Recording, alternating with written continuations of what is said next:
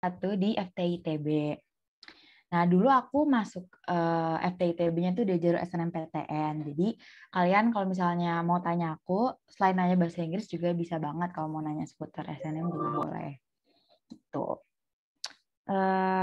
Apa ya, hobi aku sih, aku suka banget baca, nulis gitu. Mungkin itu juga yang bikin aku suka bahasa Inggris kali ya. Tapi sekarang sayangnya karena agak lagi sibuk kuliah jadi jarang gitu.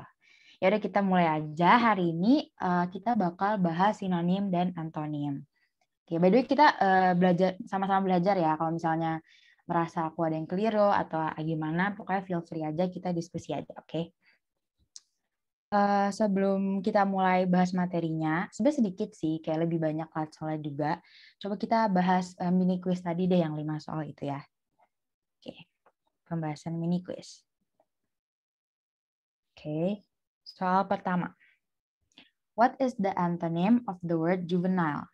Coba aku mau nanya, boleh dong kalian kalau nggak bisa on mic, bisa jawab di chat aja. Tadi kalian jawab ini pada benar nggak? Mungkin boleh jawab di chat gitu, atau kalau ada yang mau on mic juga boleh banget. Oh benar, oke bagus. Oke, masih relatif muda ya berarti. Jadi kita bahas aja ya. Juvenile itu apa sih? Juvenile sendiri itu artinya kayak pokoknya seorang muda gitu deh, youngster gitu. Cuman kalau misalnya apa namanya?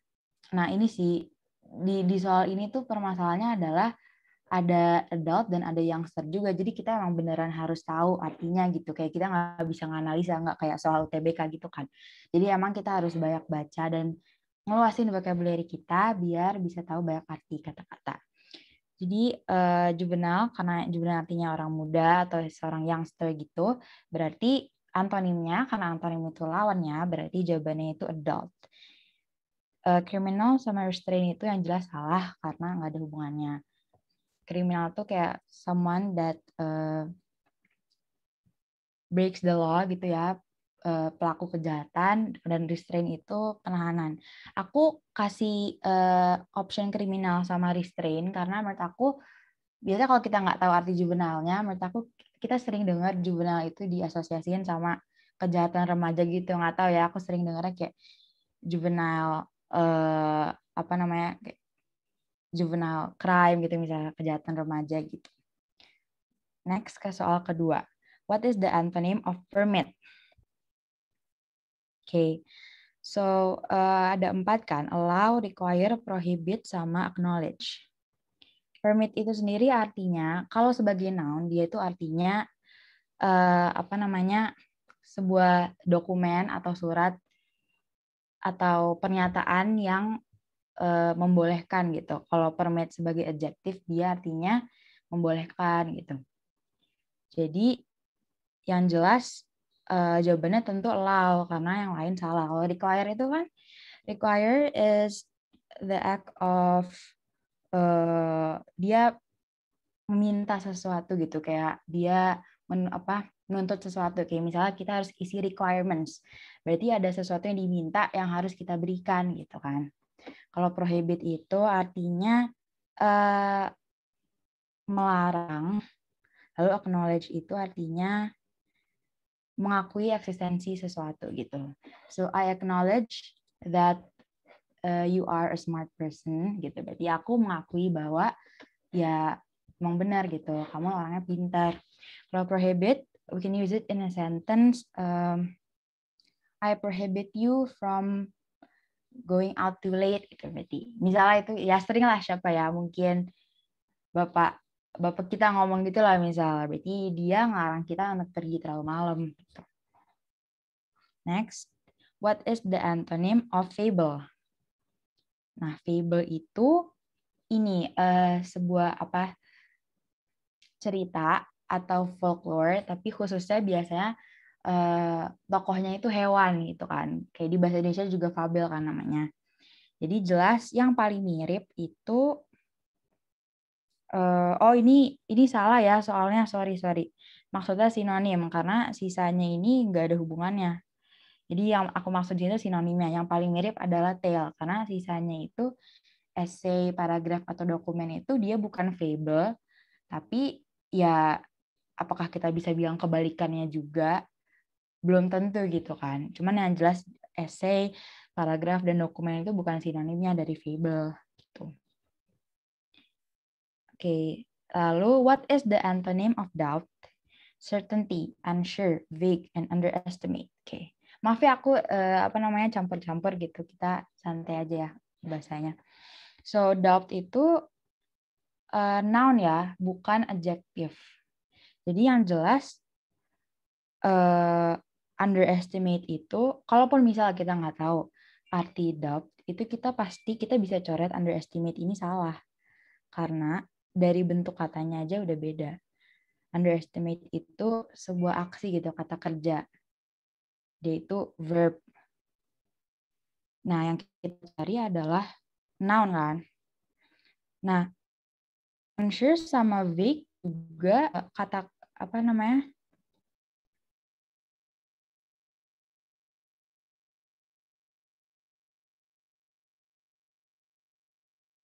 adjective.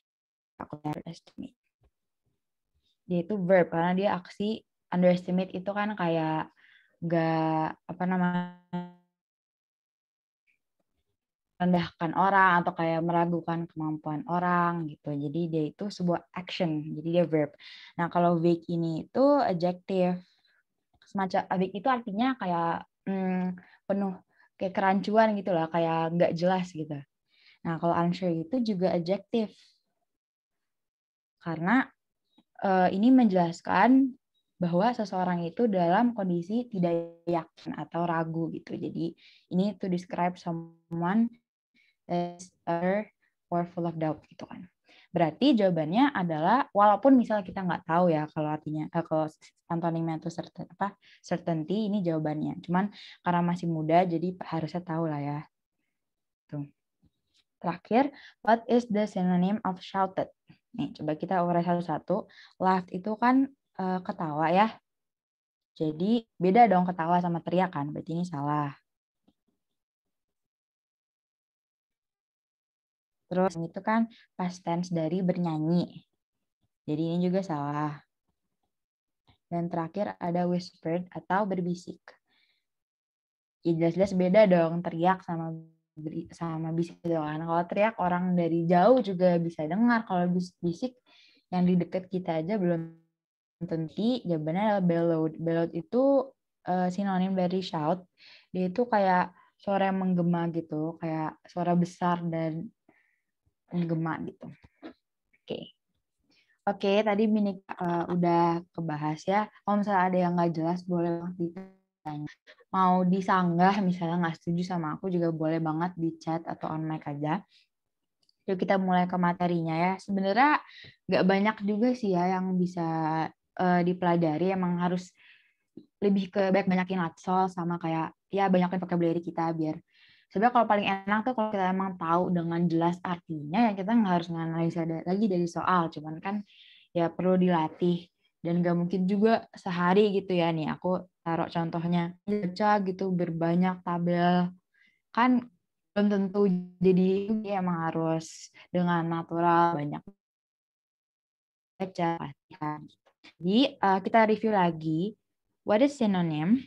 A synonym is a word or phrase that means exactly or nearly the same as another word or phrase in the same language. Artinya itu kata di bahasa yang sama. Dalam hal ini kan kita lagi belajar bahasa Inggris ya. Berarti two words in the English language that has similar or the same meaning. Nah, sedangkan antonym itu kebalikannya, a word of another. So two words in the English language yang artinya itu berlawanan. Nih, example-nya ada ini. Bisa dibaca dulu ya. Tuh.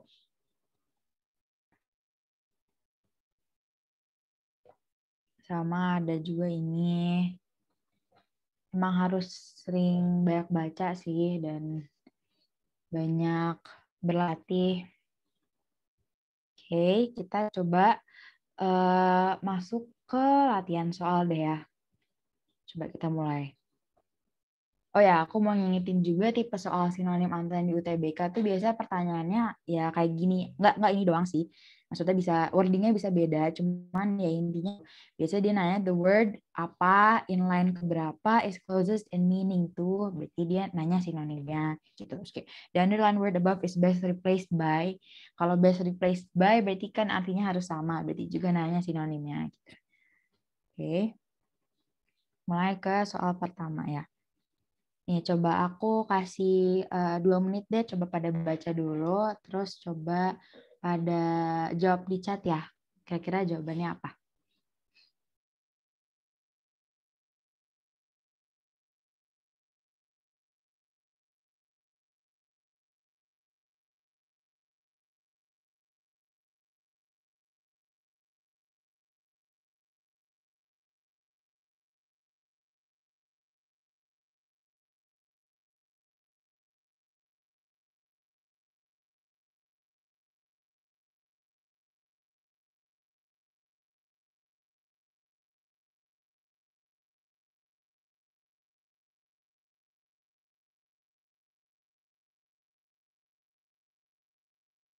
Oke, boleh yang lain juga boleh jawab ya. Masih, aku extend deh 2 menit lagi deh. Coba aku pengen lebih baik dari orang yang jawab. Coba.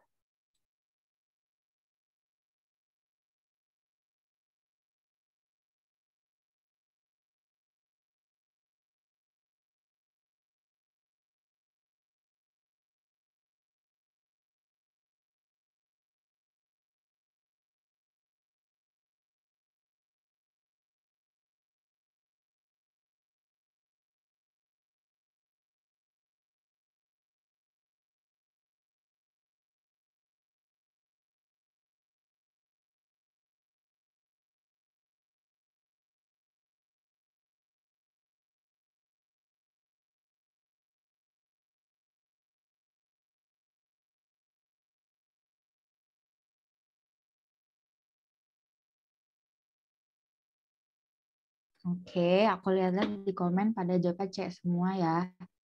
Ada yang beda kira-kira atau semuanya setuju sama C? 1953 deh aku coba bahas.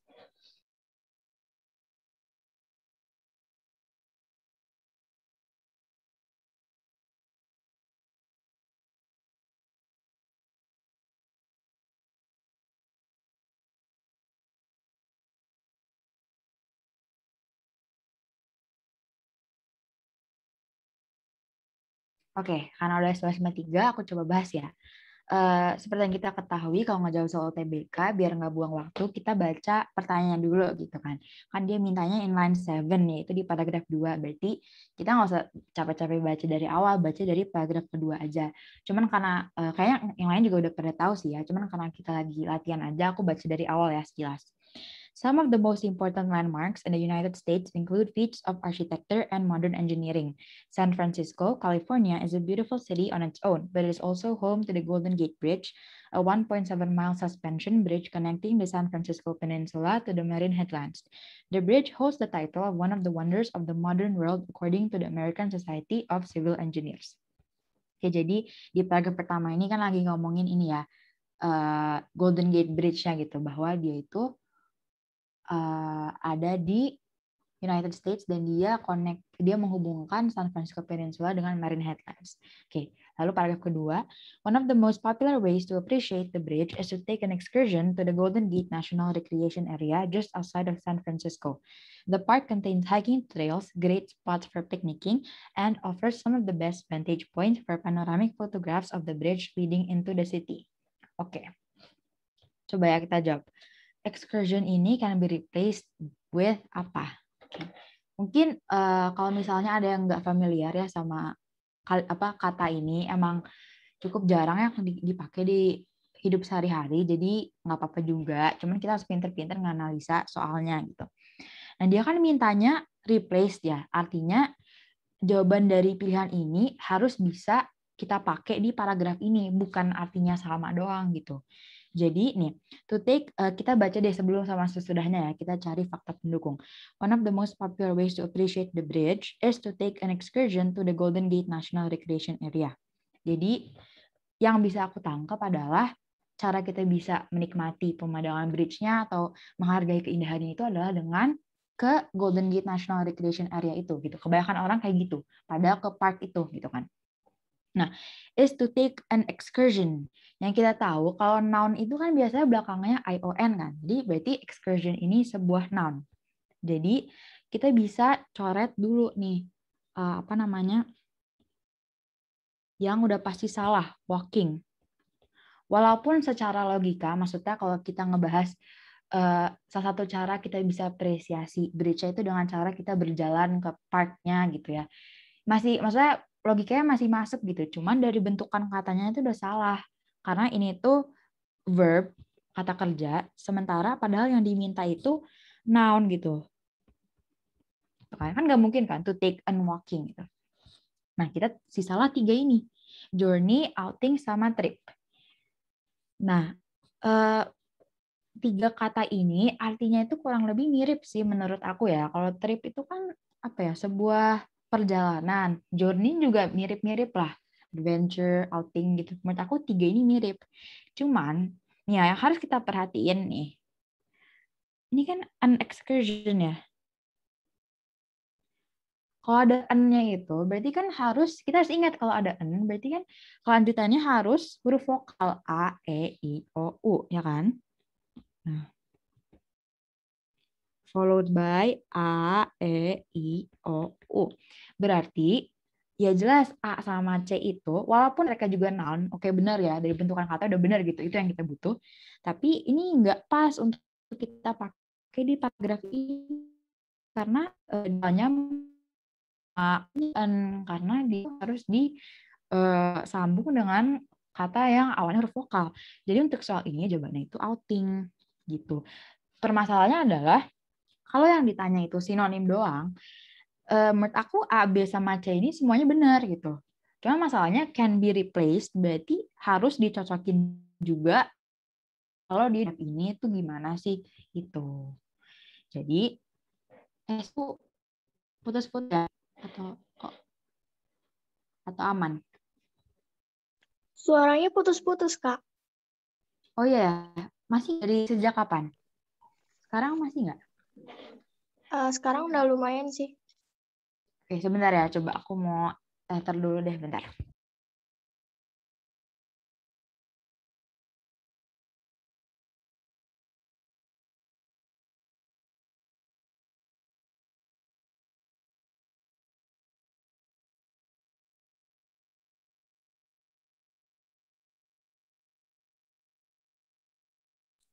Oke, bentar ya, mau coba tether. Ini emang wifi agak suka tidak bekerja sama. Sebentar.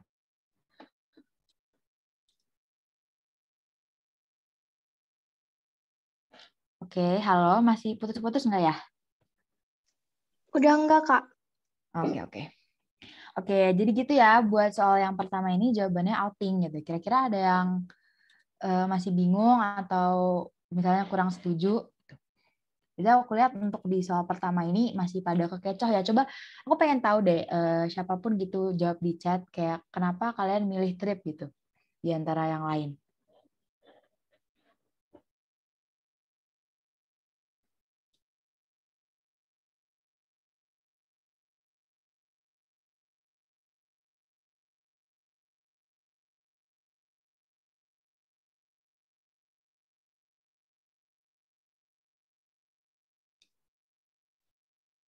Oke, ada mungkin kekecoh aja kali ya karena emang bener sih sinonimnya kalau aku harus milih juga paling tepat trip sih gitu kan. Kalau journey kan kesannya kayak ekspedisi gitu kayak mau ke hutan atau mau ke kayak Christopher Columbus gitu kan. Cuman ya udah berarti ini kita harus perhatiin juga ya kalau dia dimasukin tuh kita lihat dulu kata sebelumnya udah pas nggak gitu.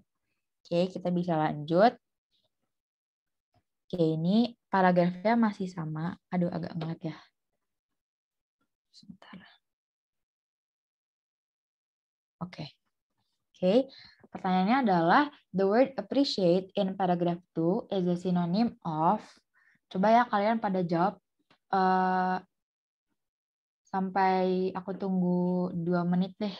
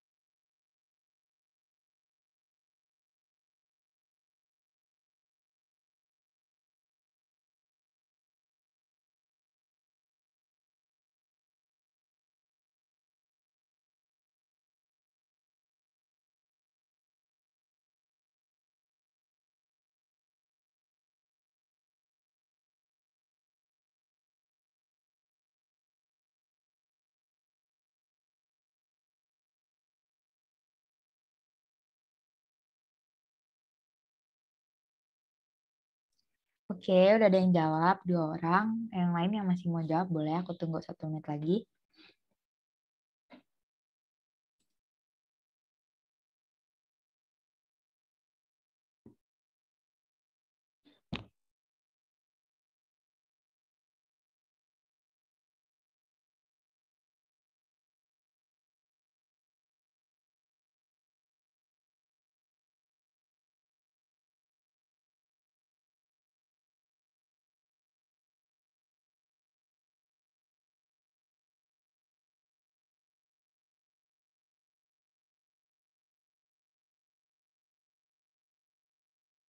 Oke, ada yang jawabannya beda. A, oke nanti kita bisa bahas ya, kita diskusi.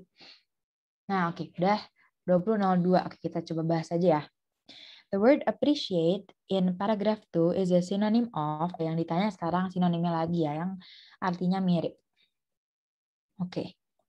One of the most popular ways to appreciate the bridge is to take an excursion to the Golden Gate National Recreation Area. Oke, aku mau ngingetin lagi, coba. Aku mau nanya deh, siapapun boleh jawab ya di kolom chat. Appreciate itu dia itu bentuknya apa deh? Apakah dia noun, verb, atau adjective? Ada yang bisa bantu jawab nggak kira-kira?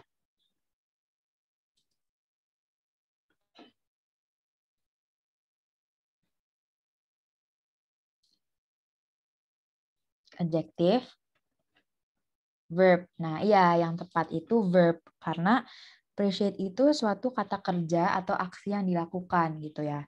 Kalau misalnya eh, kalau misalnya sebagai adjektif, kita bisa ganti jadi ini misalnya. Kan appreciate, itu kan kata kerja ya, verb. Kalau kita mau ubah jadi adjektif, bisa jadi appreciative gitu misal, ya kan? Kita atau bisa jadi appreciable gitu misalnya. Kalau appreciative kan appreciate itu kan artinya menghargai atau mengagumi gitu ya. Kalau appreciative berarti adjective itu kan to describe something or someone. Berarti appreciative itu description of someone that likes to appreciate others gitu misal. Jadi misalnya A ini orangnya suka muji atau menghargai orang loh, berarti A ini orangnya appreciative gitu. Nah, kalau appreciable itu dia adalah iya, dia juga dideskripsiin, tapi sebagai objek yang diapresiasiin. Gitu. Misal contoh kalimatnya, last night show was very appreciable. Gitu. Berarti artinya layaklah untuk dikasih apresiasi. Gitu. Nah, karena ini verb, nih misal kalau misalnya kalian juga nggak yakin deh ini sebenarnya apa sih verb atau apa sih gitu kan. Kita bisa lihat, kita bisa cari clue juga dari sebelum-sebelumnya nih. One of the most popular ways. Nah, nih, ways. Ways itu kan cara ya. Berarti kan cara tuh kan ada aksi atau kerja yang dilakukan gitu kan. Berarti appreciate ini verb gitu. Dan kelanjutannya juga nih, one of the most popular ways to appreciate the bridge is to take an excursion. Yang mana tadi kan artinya semacam outing atau tamasya gitu kan. Berarti kan kegiatan, aksi, kata kerja. Berarti appreciate ini verb gitu. Nah, sinonim berarti kan kita harus cari kata yang artinya mirip atau sama dan bentukannya juga sama-sama verb. Nah, kita coret dulu lah yang udah pasti salah nih. Disrespect udah pasti salah karena dia antonimnya kan. Appreciate kan sinonimnya respect, admire gitu-gitu. Kesebut jawabannya. Oke, ini jawabannya ya pokoknya. Coba kita bahas kenapa A sama B salah. Nih, karena A itu kan valuable atau sesuatu yang berharga. Jadi, valuable itu sebagai adjective gitu. To describe something or someone gitu. Misalnya, you are very valuable to me gitu. Berarti ya kamu tuh berharga banget buat aku gitu. Jadi nggak pas untuk dipakai untuk gantiin ini karena appreciate sama valuable udah beda bentukannya gitu. Dan kalau realization juga salah. Kenapa?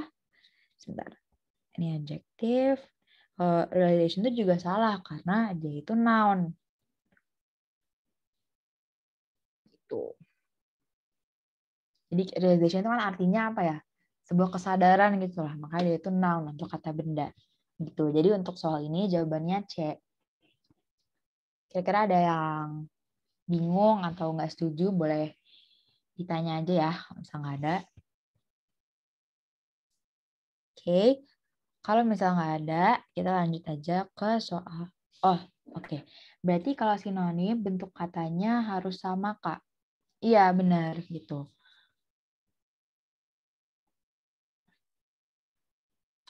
Yap. Jadi kalau sinonim itu kan bentuknya harus sama. Tapi kalau to replace, mana bentuknya udah pasti harus sama, juga harus perhatiin sebelumnya dan sesudahnya juga kayak tadi yang si outing itu. Jangan kekecoh sama pilihan A, B, C-nya tadi kan sama-sama noun, udah benar tuh bentukannya. Terus artinya juga mirip gitu. Nah, kalau yang replace in a paragraph itu makanya tadi harus dicek di paragrafnya. Kalau di sini karena sinonim aja, nggak harus digantiin, nggak harus dicek sih gitu. Oke, boleh lanjut ke selanjutnya. Masih sama ya ininya, apa namanya soalnya. Cuma sekarang ditanya, the word modern in line 2 is most similar to. Oke. Oke. Aku kasih 2 menit lagi ya, pada coba juga gitu jawab di chat.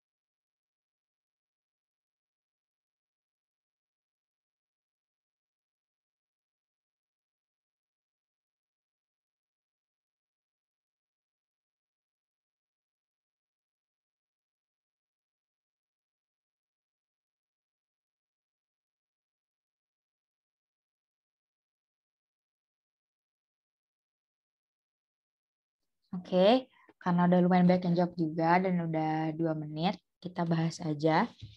Yang ditanya adalah the word modern in line 2 is most similar to, berarti yang ditanya juga masih sinonimnya. Oke, modern itu kan artinya masa kini atau kayak terbaru atau intinya ya current lah, present gitu, in the present. Nah, kalau misalnya ya misalnya kita nggak familiar sama kontemporer gitu. Sebenarnya kontemporer itu apa sih? Jadi kita bisa coba analisa yang lain dulu lah. Ancient, old, sama outdated kan masih lebih umum ya. Ancient tuh kuno, artinya kalau old tuh tua, outdated tuh kayak ya udah nggak berlaku lah sekarang, udah nggak zaman lah gitu misalnya. Jadi kan kita bisa ngeliat nih polanya, oh tiga ini nih mirip nih, kayak tiga ini tuh sinonim deh. Sama-sama membahas sesuatu yang udah di masa lampau, udah tua, udah lama lah, udah lama berlalu gitu. Jadi berarti eh, karena dia udah tua dan di masa lampau, berarti kan jelas-jelas dia berkebalikan dengan modern kan, yang present and in the current state gitu kan. Berarti tiga ini tuh antonim dari modern. Jadi ya benar ya, udah pada benar semua. Tadi jawabannya yang D ini, kontemporer. Kontemporer itu artinya emang kayak of the apa ya? Kayak di masa kini gitu, kayak ada sentuhan masa kininya gitu. Contoh contemporary dance gitu. Berarti tarian ini tuh ada sentuhan dari the present gitu. Jadi misalnya gerakan-gerakannya modern dan dari abad ini, dari masa sekarang gitu. Kayak beda sama tarian kuno atau tarian lawas gitu kan udah lama lah gerakannya, udah lama udah ada gitu. Kontemporer tuh barulah recent gitu, masih sekarang-sekarang. Oke. Oke. Ini juga masih sama ya soalnya. Terakhir, untuk soal ini kayaknya udah terakhir. The word hospitality in paragraph 3 means, coba aku kasih sampai 2 menit juga ya.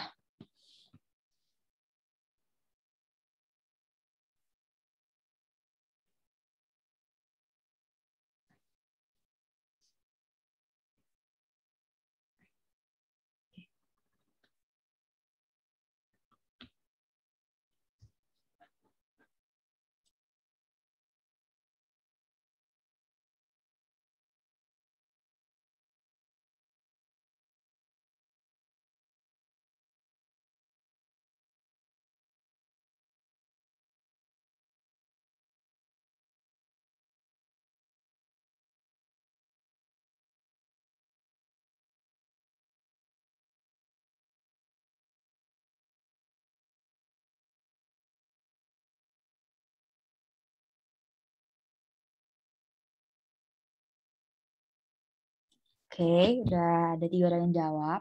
Aku tunggu yang lain ya.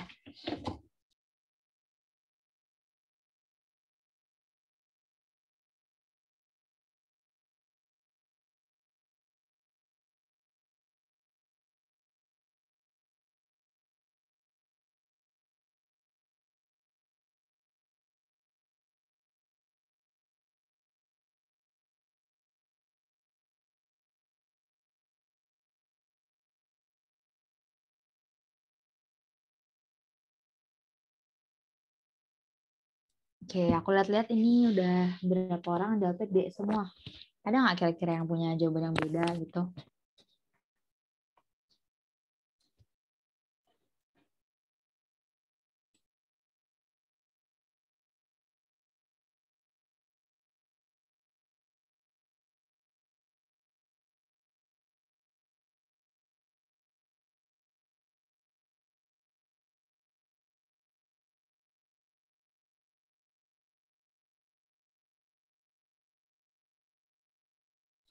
Ya, aku tunggu 1 menit lagi deh. Kalau udah nggak ada lagi yang mau nyoba jawab, aku bahas.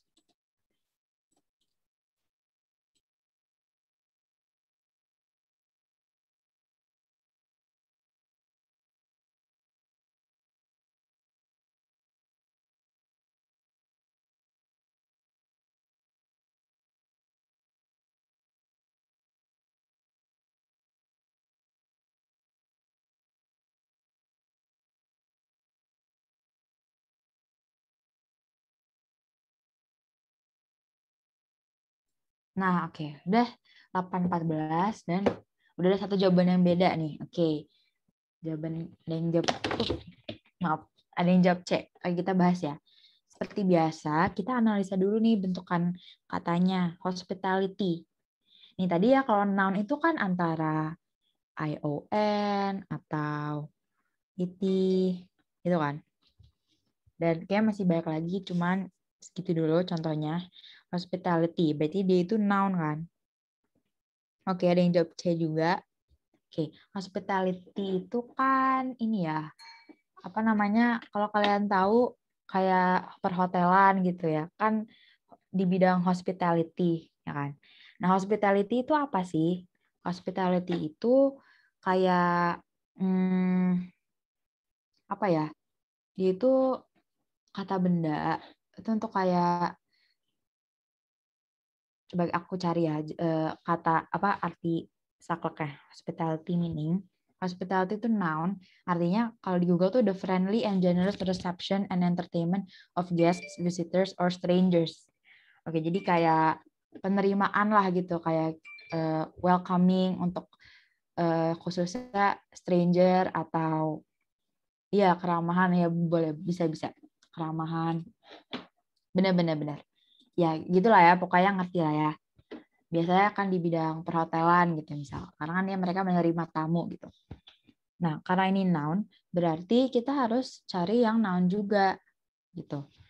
Nah, oh ya, dan karena kita tahu hospitality itu kayak ramah atau kayak menerima, apa kayak nge-welcome orang gitu kan, berarti neglect itu udah jelas salah.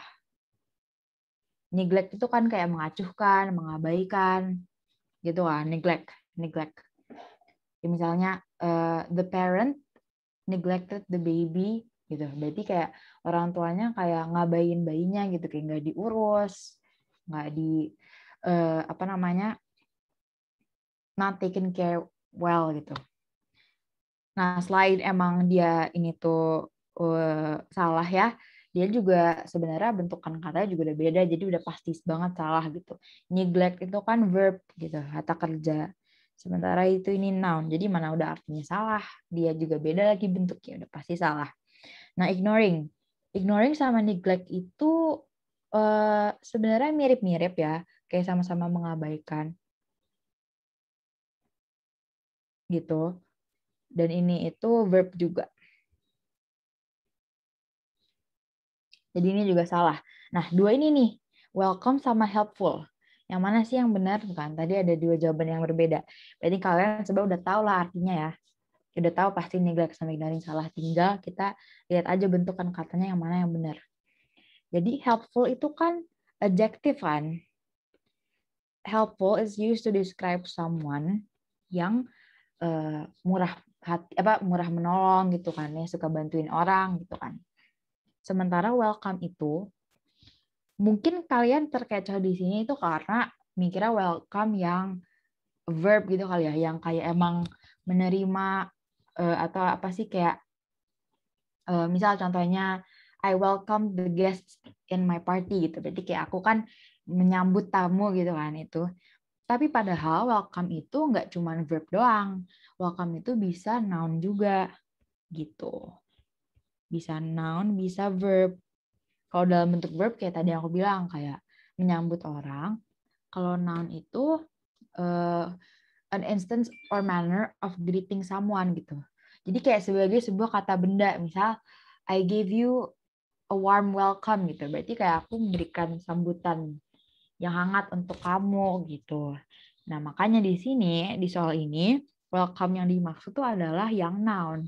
Makanya jawabannya itu yang C gitu. Tadi masih banyak yang keliru ya.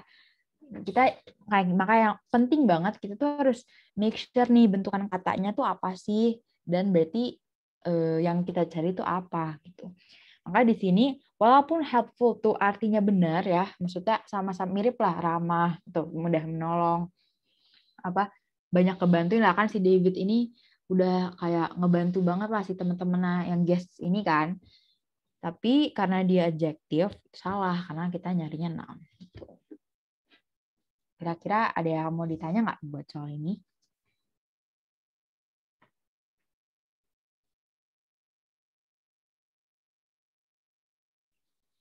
Oke, kalau belum ada, pokoknya kalau ada yang mau tanya langsung di chat aja ya atau on mic boleh bebas. Nah, oke nih, ganti soal akhirnya. Oke, aku kasih sampai 24 menit deh ya. Kalian baca terus. Oke, ada yang nanya, Kak, kita harus hafalin bentuk katanya semua kah? Atau gimana cara belajar efektifnya? Oke, jadi emang gimana ya? Nah itu sih bahasa Inggris tuh untuk mudahnya biar udah di luar kepala tuh emang harus banyak baca biar terbiasa gitu. Cuman emang kalau kita cari di Google ya, maaf ya mungkin kurang lengkap nggak aku masukin di sini. Aku kayak lebih fokus untuk menganalisa sinonim antonimnya soalnya. Cuman boleh kalian cari-cari sendiri juga. Kayak biasanya tuh kayak misal a verb, adjective atau noun tuh kayak ada apa ya ciri-cirinya masing-masing gitu loh. Kayak misalnya verb kata kerja gitu kan dia tuh biasanya endingnya ing gitu misal dia dia nggak ada ingnya cuman katanya plek gitu misalnya walk gitu. Kalau adjektif itu tadi kan karena to describe someone or something jadi biasanya tuh ada if atau ada able gitu kan. Nah, kalau noun itu biasanya endingnya ion atau apa tadi oh ya ity gitu sih. Cuman mungkin kurang lengkap ya. Aku ya maaf ya aku kurang masukin di sini. Mungkin kalian boleh cari juga gitu. Jadi buat sebagai patokan sih kalau misalnya emang kita belum bisa di luar kepala, belum kebiasa, kita bisa inget-inget yang kayak ciri-ciri umum yang kita bisa lihat di bentukan katanya itu untuk menganalisa dia itu apa. Oke. Coba ya, boleh pada nyoba jawab yang ini sampai 4 menit ya, sampai 2024. Pada jawab di chat aja.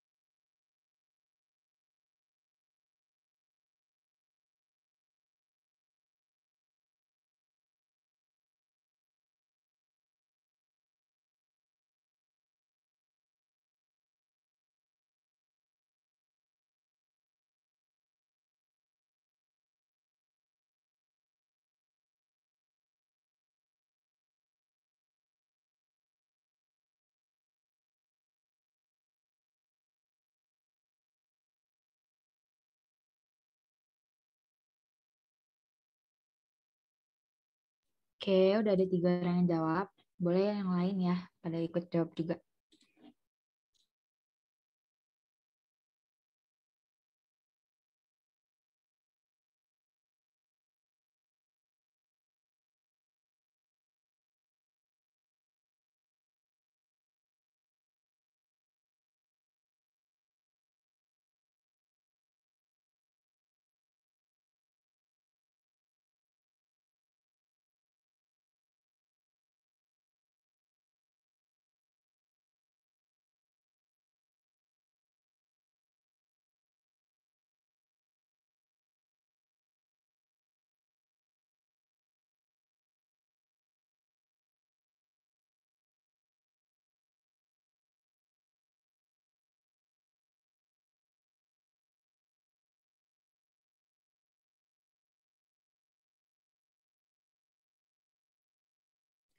Oke, kan 24. Oke, udah pada benar semua ya yang jawab ya. Maaf jawabannya. Kita bahas. The magnitude of acute malnutrition among refugee camps in Ethiopia is relatively well documented. Magnitude itu kita analisa ya. Magnitude itu kan noun. Cuman kalau misalnya kita nggak familiar ya, apa sih artinya nih, gue jarang dengar gitu, gue nggak tahu apa sih artinya. Kita bisa coba analisa dari kalimat selanjutnya. A nutritional survey done in 2014 among South Sudanese refugee camps showed that the prevalence of acute malnutrition was almost twofold the emergency threshold of 15%. Jadi kan yang lagi dibahas kan acute malnutrition ya.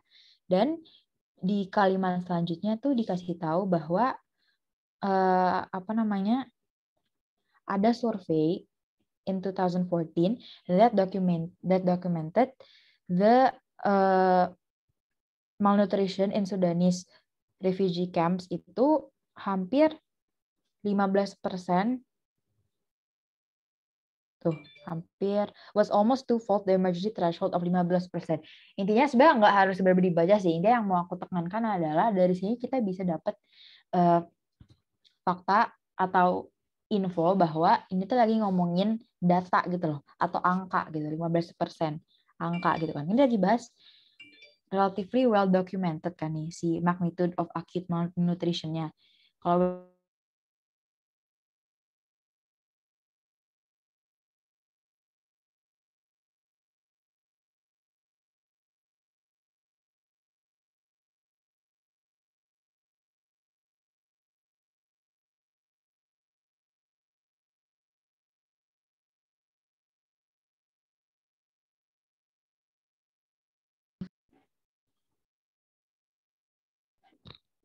sorry, aku putus-putus nggak ya?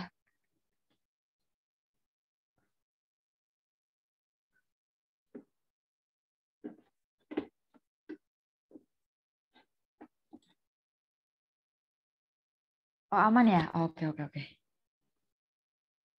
Oke, sorry. Ini aku lagi tethering terus malah airplane mode, agak bodoh banget, maaf. Oke, aku lanjut ya. Nih kan, the magnitude of acute malnutrition is well documented. Berarti kan tercatat dengan baik. Terus di kalimat saja dikasih tahu kalau surveinya memberitahu bahwa data yang didapatkan tuh 15%-an lah gitu kan. Berarti karena dia tuh angka atau besarannya, berarti benar jawabannya itu amount gitu. Karena sisanya walaupun importance, power sama weight itu juga noun, secara bentukan kata benar, tapi gak nyambung gitu, beda. Bukan ini arti yang kita butuhin untuk di kalimat ini, karena dia lagi ngomongin jumlah atau besar datanya gitu kan. Jadi kayak dia magnitude tuh amount of acute malnutrition. Berarti kayak seberapa besar sih tingkat malnutrisi di Sudan ini gitu, atau sebanyak apa malnutrisi atau sejumlah berapa gitu. Makanya jawabannya 15% ini gitu. Kalau importance kan pentingnya, kalau power tuh kekuatan, weight itu berat. The weight of acute malnutrition, the power, importance. Ini kan kualitatif ya. Sementara di sini tuh data gitu. Jadi yang benar adalah amount karena sisanya ini tidak terjawab dengan si data 15% ini gitu. Oke. Kalau ada yang nggak jelas mungkin bisa ditanya aja ya. Oke, aku lanjut. Nah, aku kasih sampai 20-30 deh ya. The word alleviate in paragraph 3 is a synonym of. Mana ya alleviate? Nah, ini dia. Oke, boleh ya pada jawab juga di chat.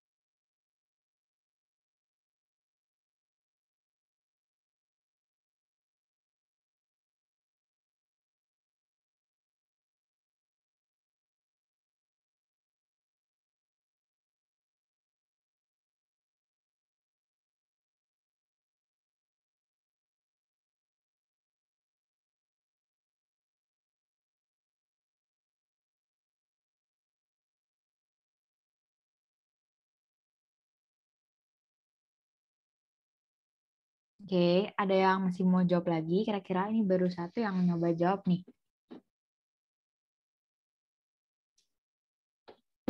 Oke, ada yang jawab C.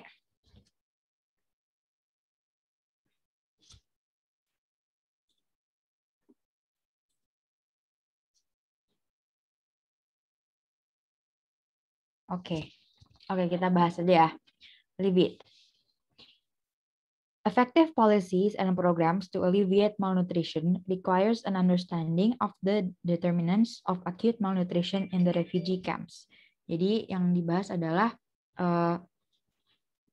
kalimat ini, maksud dari kalimat ini adalah program-program yang efektif untuk alleviate, nih ini yang masih kita cari, malnutrition, butuh understanding dari penyebab-penyebab dari malnutrisi itu sendiri. Gitu. Nah, kalau ini agak juga harus pakai logika sih ya. Kalau misalnya kita nggak tahu arti alleviate ini sendiri, kayak jelas-jelas dari tadi ya dibahas bahwa malnutrition itu suatu hal yang negatif gitu kan nih. Kayak dikasih tahu bahwa nih malnutrition children is a critical public health concern kan. Concern itu kan mengkhawatirkan kan, sesuatu yang dikhawatirkan. Jadi ini pasti negatif nih ya. Lagi not only a condition that kills gitu-gitu kan. Wah, pokoknya enggak deh, jelek lah ngomong ini kan, enggak bagus. Jadi dan sementara di pilihan ini antara increase, height, kita bisa lihat ini itu sinonim ya. Terus reduce sama worsen itu juga sinonim. Increase, sabar. Sorry. Yang sinonim increase sama heighten ya, sama-sama meningkatkan gitu kan. Kalau reduce itu kan mengurangi. Nah, worsen itu memperparah gitu. Nah, pada soal ini, karena kita tahu ya malnutrition itu sesuatu yang buruk kan, udah dibahas nih banyak panjang-panjang di teks ini. Terus nih kita bisa lihat juga di sebelumnya, there is no single silver bullet that will instantly eradicate malnutrition. but only through a holistic approach and strong group effort. Maksud dari kalimat ini adalah nggak bisa tuh ada kayak satu solusi atau cara yang bisa benar-benar langsung ngehilangin malnutrition dari si refugee camps ini, tapi harus dari pendekatan holistik dan ada support dari grup yang kuat gitu. Berarti kan eradicate nih, dia pengen nge-eradicate, pengen ngilangin, berarti dia pengen menghapus malnutrition gitu. Makanya di sini kita bisa hubungin bahwa yang dia bahas adalah program to alleviate gitu, to reduce untuk mengurangi tingkat malnutrisi. Karena maksudnya kalau secara kata, bentukan kata itu increase sama heighten sama worsen tuh benar-benar aja kan. Kan sama-sama verb kan, kata kerja. Cuman di sini itu secara kontekstual itu tidak pas gitu. Karena kan kita pengennya ngehapus malnutrition. Gitu.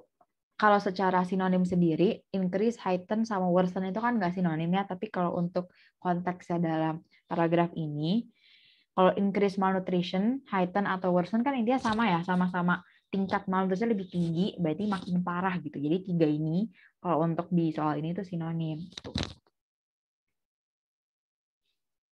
Oke, lanjut. Kalau ada yang mau ditanya boleh ya, langsung ngomong aja di chat. Oke. The word stunted in paragraph 2 is an antonym of, nah sekarang antonim nih. Stunted.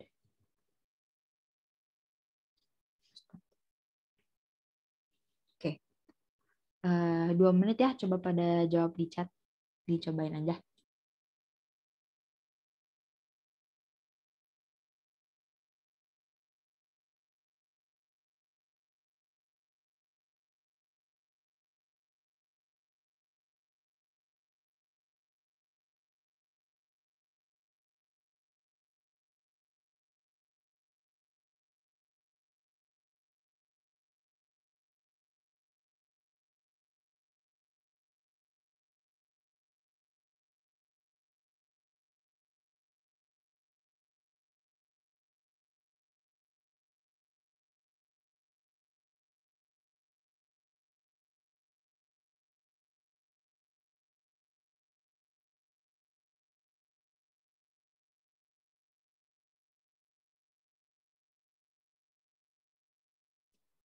Sorry. Ini oke. Ini tapi sebenarnya pilihannya agak salah ya. Kayak mungkin kalau misalkan ada yang bingung. Ini maaf, ini aku pilihannya salah ya tadi. Nanti aku jelasin ya kenapa salah dan harusnya gimana. Nggak ada jawabannya nggak apa-apa karena emang ini. Oh ya, udah 23.6. Kita bahas aja ya. Kenapa kurang tepat? Oke. Kenapa kurang tepat? Karena stunted itu adjektif gitu. Ya kan? Sementara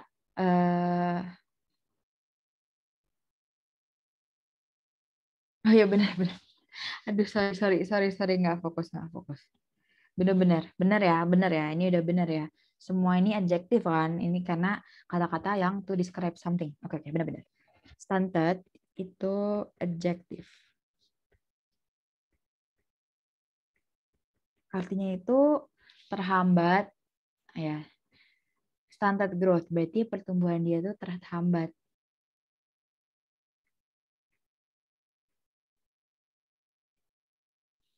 Oke. Nah, terus kita analisa ya, undersize, small, tiny, huge. Sebenarnya walaupun misal kita nggak lihat soalnya pun sebenarnya kayak kita bisa lihat sih ini polanya ya, kayak huge itu jelas-jelas beda sendiri gitu. Jadi emangnya udah pasti jawabannya. Cuma sisanya undersize itu berarti lebih kecil dari seharusnya gitu ya, atau lebih kecil dari rata-rata. Terus small sama tiny itu artinya sama-sama kecil. Tuh, makanya ini mereka sinonim dari stunted. Kayak stunted growth ya, terhambat atau growth-nya tuh kecil gitu. Nggak mencapai yang seharusnya. Oke, kayak buat hari ini udah segitu dulu. Cuman mungkin aku mau ini deh buat yang tadi nanya gimana untuk ngafalin bentukan katanya ya. Sebentar aku coba stop screen share dulu. Terus aku mau cari sebentar ya di foto di Google buat tambahan info aja sih. Oke, sebentar.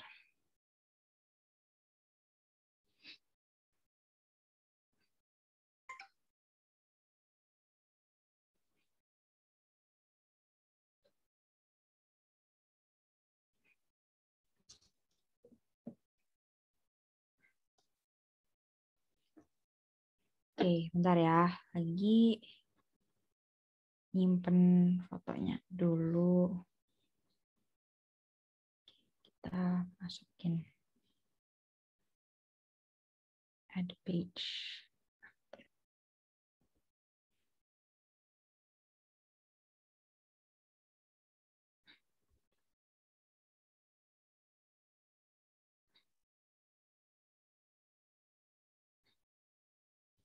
Oke, sekarang aku screen share lagi.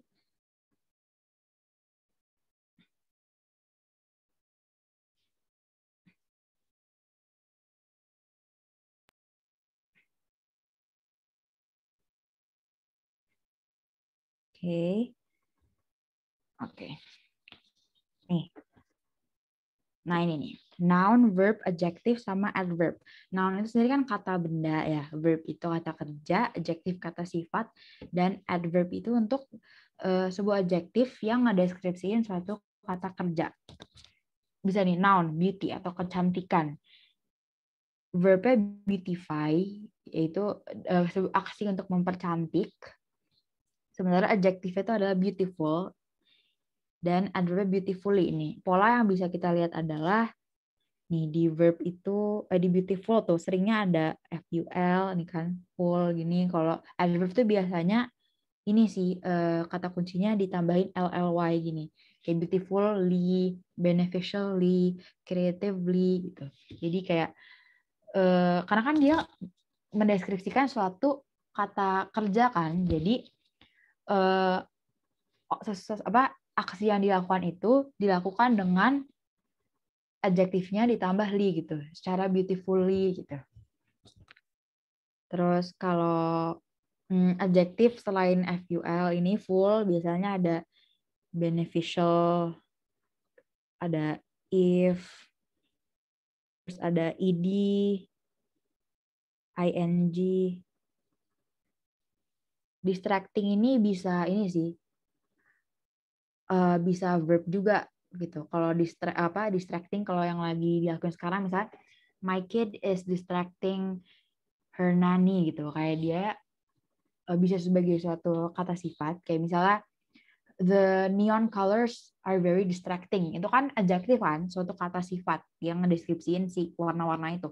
Kalau tapi sebagai kata verb juga bisa gitu, my kid is distracting her nanny, berarti anak gue lagi ngedistraksi babysitternya gitu. Terus ada able, if, full gitu. Yang paling umum ini sih menurut gue, yang paling sering ini full, if, ing gitu. Sering sih ini, bisa sering kita lihat lah polanya. Kalau noun itu biasanya nih kan ION nih sering. Terus ITY. Honest juga sering tuh. Kalau sad, sad itu kan adjektif kan. Kalau mau jadi noun kita tambah ness gitu. Jadi suatu objek gitu. Sadness. Significance, strength, success gitu sih. Bisa kalian baca-baca aja sendiri ya, cari-cari juga di internet, banyak latihan gitu. Oke. Udah, makasih banget ya buat yang udah ikut hari ini. Lebih kurangnya mohon maaf. Kalau misalnya ada yang mau ditanya, bisa banget kontak aku di Instagram @kalmasadia. Mau nanya tentang bahasa Inggris boleh, mau tentang SNM atau tentang kuliah juga boleh. Aku jawab sebisanya. Iya, sama-sama ya. Oh ya, sama jangan lupa ini ya, isi Bitly ulasannya, sama kalau ada yang mau traktir juga boleh. Iya, gitu. Oke. Makasih ya semuanya. Good luck UTBK-nya. Semoga sukses. Terus yang masih berharap di SNM juga semoga diterima. Amin. Ya.